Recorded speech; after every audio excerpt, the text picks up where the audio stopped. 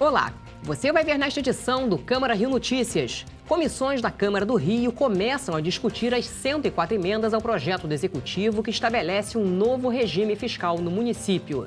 No Dia Mundial dos Animais, a audiência pública na Câmara do Rio debate a ampliação das políticas públicas em defesa da saúde animal. E José Batista Sobrinho, fundador e coordenador geral da Associação das Comunidades de Vida Mariana, é homenageado com a medalha Pedro Ernesto. Não saia daí, a gente volta já. A gente abre esta edição do Câmara Rio Notícias indo direto ao Palácio Pedro Ernesto, onde acontece a solenidade de entrega da medalha Pedro Ernesto ao procurador do município, André Luiz Faria Miranda. Quem acompanha a cerimônia é o repórter Sérgio Costa. Boa noite, Sérgio.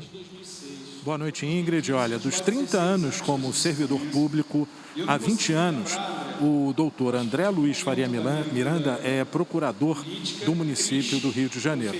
Ele já exerceu vários cargos, como, por exemplo, assessor de supervisão da comissão de inquérito, função também de subsecretário estadual de administração, acumulou a função de presidente do então IASERJ, também foi subsecretário de assuntos jurídicos da Casa Civil do município do Rio de Janeiro, além da função de chefe de gabinete da Secretaria Municipal de Fazenda.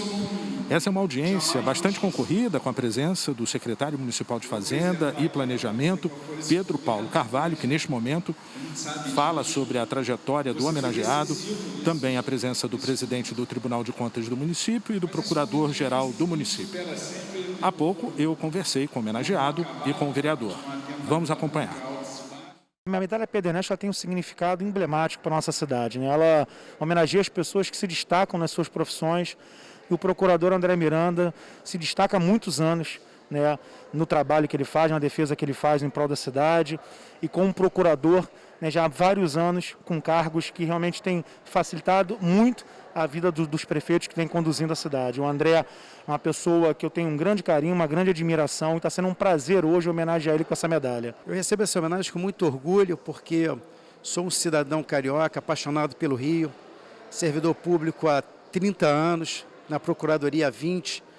Então, poder receber essa homenagem na Casa das Leis da cidade que eu amo, que eu sempre vivia e sempre viverei, para mim é um orgulho muito grande. Eu espero honrar essa medalha nos muitos anos que eu ainda servirei a cidade. E em outra solenidade na Câmara Municipal, o coordenador da Associação das Comunidades de Vida Mariana, José Batista Sobrinho, recebeu nesta segunda-feira o conjunto de medalhas Pedro Ernesto por iniciativa do vereador Raimon. O trabalho do homenageado com a população menos favorecida ou em situação de rua foi reconhecido pela grande importância social. A Associação de Comunidades de Vida Mariana foi criada em 1988, promovendo encontros, cursos e retiros relacionados à fé católica. Em 96, José Batista Sobrinho passou a servir um prato de sopa a pessoas em situação de rua, em São Cristóvão e arredores, uma vez por semana. Aos poucos, a comida passou a ser apenas o pretexto para que pudesse conhecer mais e melhor aqueles que precisavam da refeição, e mobilizou o grupo para oferecer roupas, preparação profissional, vagas de empregos.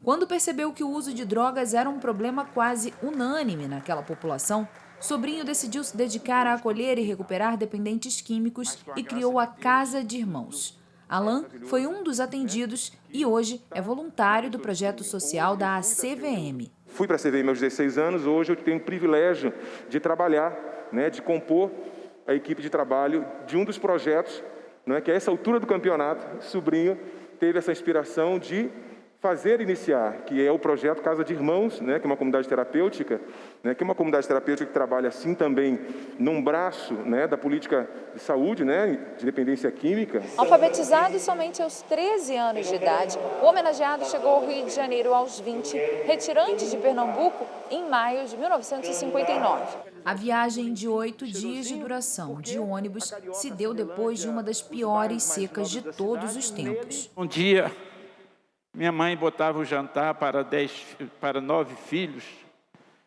e alguém bateu na nossa porta e ela mandou que a gente esperasse um pouco, porque ela tinha que tirar um pouquinho da comida da gente, de cada um de nós, porque alguém iria jantar lá em casa porque não tinha o que comer. A homenagem não foi realizada no dia de São Francisco de Assis, conhecido por ser o padroeiro dos animais e ter dedicado a vida aos pobres por mera coincidência. São Francisco viveu no século XIII, final do século XII e início do século XIII, e até hoje, depois de 800 anos, continua inspirando muita gente a ter essa relação humanitária, pacífica e, ao mesmo tempo, de questionamento da sociedade a partir da sua própria vida, do seu exemplo de vida. E o José Batista Sobrinho, que é esse amigo que a gente homenageou hoje, que é a Câmara Municipal, ele tem muito esses traços. Um homem já idoso, com 84 anos de idade, e que desde muito novo é muito envolvido com a dinâmica da luta e da sobrevivência dos mais empobrecidos. Eu me sinto com muito mais responsabilidade, né? Então, cada vez mais recebe, mas é necessário fazer pelos outros mais ainda.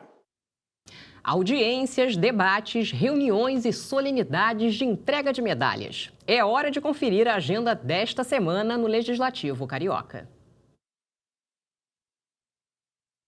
Nessa terça-feira, às 7h, acontece a solenidade de entrega da medalha Pedro Ernesto a Marli Ferreira Lima Peçanha, secretária municipal de Ação Comunitária. A iniciativa é do vereador Márcio Ribeiro.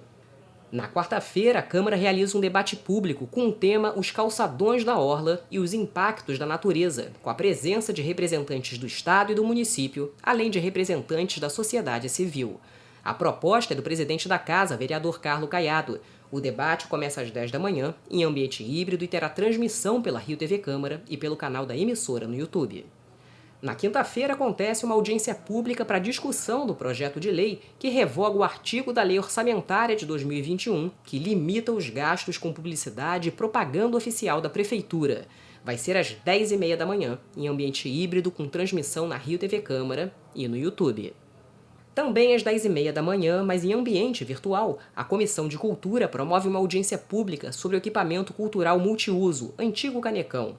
O canal da Rio TV Câmara no YouTube transmite a audiência.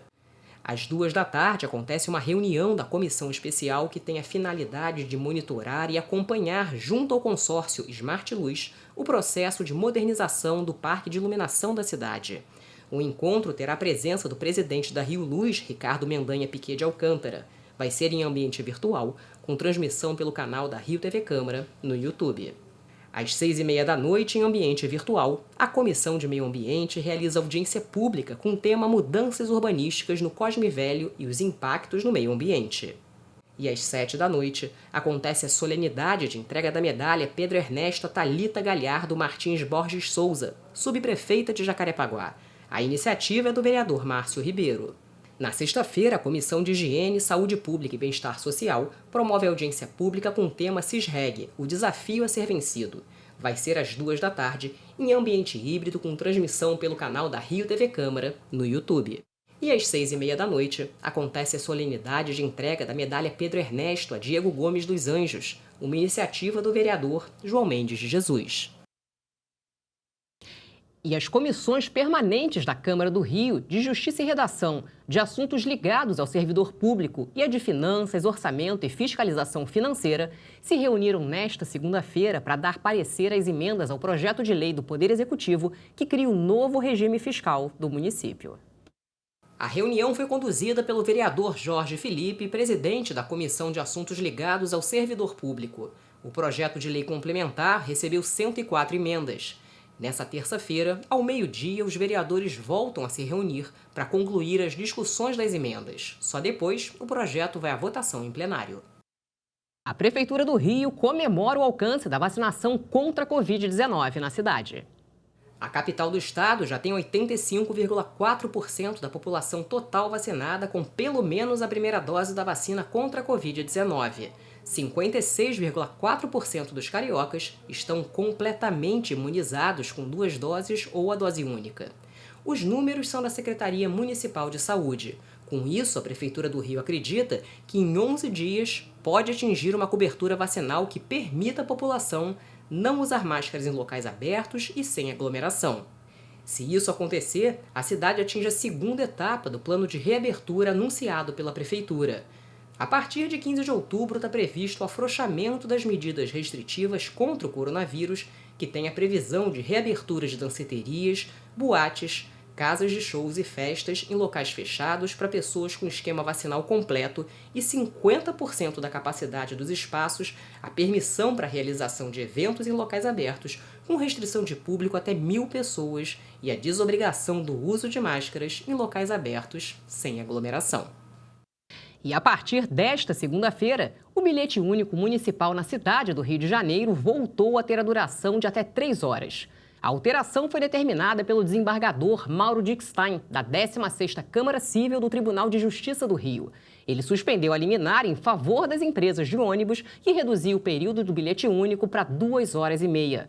Agora, os usuários já podem voltar a pegar 2 conduções em um espaço de 3 horas, sem gastar a mais por isso. E você vai ver no próximo bloco: saúde animal é tema de audiência pública na Câmara. O encontro virtual aconteceu no Dia Mundial dos Animais. Nesta segunda-feira, dia de São Francisco de Assis, quando também se comemora o Dia Mundial dos Bichos, a Comissão Especial de Saúde Animal promoveu uma audiência pública sobre a questão na Câmara de Vereadores.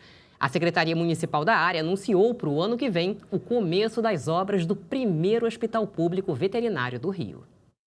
Maria Eduarda é dona de 2 gatinhos e conta sobre a dificuldade para conseguir a castração de um deles. Por conta da pandemia, as castrações foram suspensas. E como eu tenho macho em casa, ela entra no cio constantemente. Ela fica irritada, ela fica estressada, ela não deixa ninguém chegar perto dela, come mal. A preocupação com a saúde dos bichos é um dos assuntos que faz parte das discussões da Câmara Municipal. Na data que celebra o Dia de São Francisco de Assis e o Dia Mundial dos Animais, o tema foi debatido na audiência pública virtual realizada pela Comissão Especial. A criação de um banco de rações, a vacinação contra a raiva e a instalação do primeiro hospital veterinário público do município do Rio foram alguns dos assuntos abordados. Conseguimos que a prefeitura oficializasse essa construção do hospital, um hospital importante, que seja dito que dará uma ênfase grande na atenção dos animais em situação de rua, animais que os tutores não têm condição de custear um tratamento veterinário. Nós sabemos que, infelizmente, o custo ele é muito alto e que a prefeitura incluiu no plano estratégico de metas para a cidade do Rio até 2024. Tentar desenvolver políticas públicas voltadas a esses seres que não têm voz. Quando a gente desenvolve políticas públicas voltadas para eles, automaticamente a gente está atendendo aos seus tutores, sobretudo aqueles de menor poder aquisitivo, né, que acabam até adoecendo por ver um animal adoecer dentro de casa, e aí a criança, o idoso são pessoas mais vulneráveis, acabam sentindo mais e adoecem junto. O secretário municipal de Proteção e Defesa dos Animais explicou como é feito o atendimento no Rio e como está sendo desenvolvido o planejamento estratégico para a construção do hospital. Logo em janeiro de 2021, quero até agradecer a vocês, vereadores, por terem instado o prefeito para que a gente conseguisse pelo menos parte do que a gente precisava. Eu quero dizer aqui que a gente, nesse ano, não tem o que precisa. A gente precisaria de pelo menos 10 milhões para fazer uma política satisfatória. A gente ganhou um pouco mais de 8 milhões. Mas, voltando ao assunto do hospital, é fundamental que a gente garantiu inicialmente os recursos para a gente iniciar a implantação e a operação ainda em 2022. A coordenadora de zoonoses da Vigilância Sanitária apresentou dados da vacinação contra a raiva.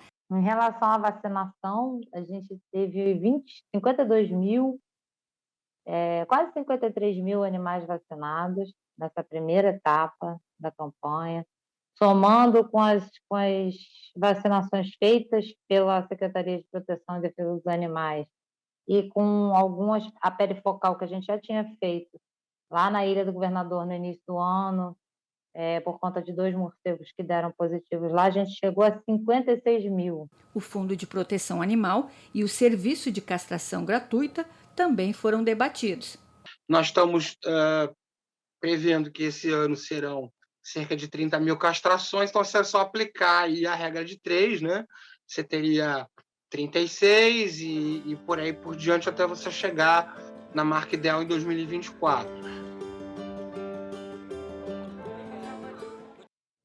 E nesta segunda-feira, a Prefeitura publicou 2 decretos para ajudar a proteger os animais. Entre as medidas estão a criação de um banco de ração e a regulamentação de uma lei aprovada na Câmara Municipal em maio, de autoria do vereador Dr. Marcos Paulo, que determina a inscrição de animais sem tutor conhecido no Registro Geral de Animais do município. Entre as finalidades do banco de ração estão receber, armazenar e distribuir as doações que poderão ser feitas por estabelecimentos comerciais, órgãos públicos, pessoas físicas e também por meio de apreensões do poder público. O Registro Geral de Animais do município foi criado por meio de uma lei de 2018 do vereador professor Célio Luparelli. O objetivo é criar normas para a proteção e defesa dos animais, levando em conta seu bem-estar, saúde e integridade. E depois de 40 dias de obras, o Jardim do Meier, uma das áreas mais tradicionais da Zona Norte, foi totalmente revitalizado. A praça ganhou um mutirão de serviços coordenados pela Subprefeitura da Zona Norte. Além de uma nova iluminação, houve reforma da academia e dos brinquedos e plantio de mudas. O coreto, que foi o primeiro da cidade feito de madeira, ganhou pintura e limpeza. O Jardim do Meier também vai contar com a presença de agentes da Guarda Municipal 24 horas por dia. A solenidade de entrega teve a presença do prefeito Eduardo Paes. A Prefeitura planeja ocupar o parque com atividades semanais, como lutas marciais e aulas de dança. A gente tem que entender o seguinte, manter aquilo que a gente tem. A Guarda tem que ser proativa, porque a simples presença, ela já inibe ações que não são de um espaço público ou de um parque. E o Câmara Rio Notícias de hoje fica por aqui. Acompanhe nossa programação em câmara.rio e também nas redes sociais. A seguir, você assiste ao programa Se Liga na Câmara. Obrigada pela companhia. Amanhã a gente se vê.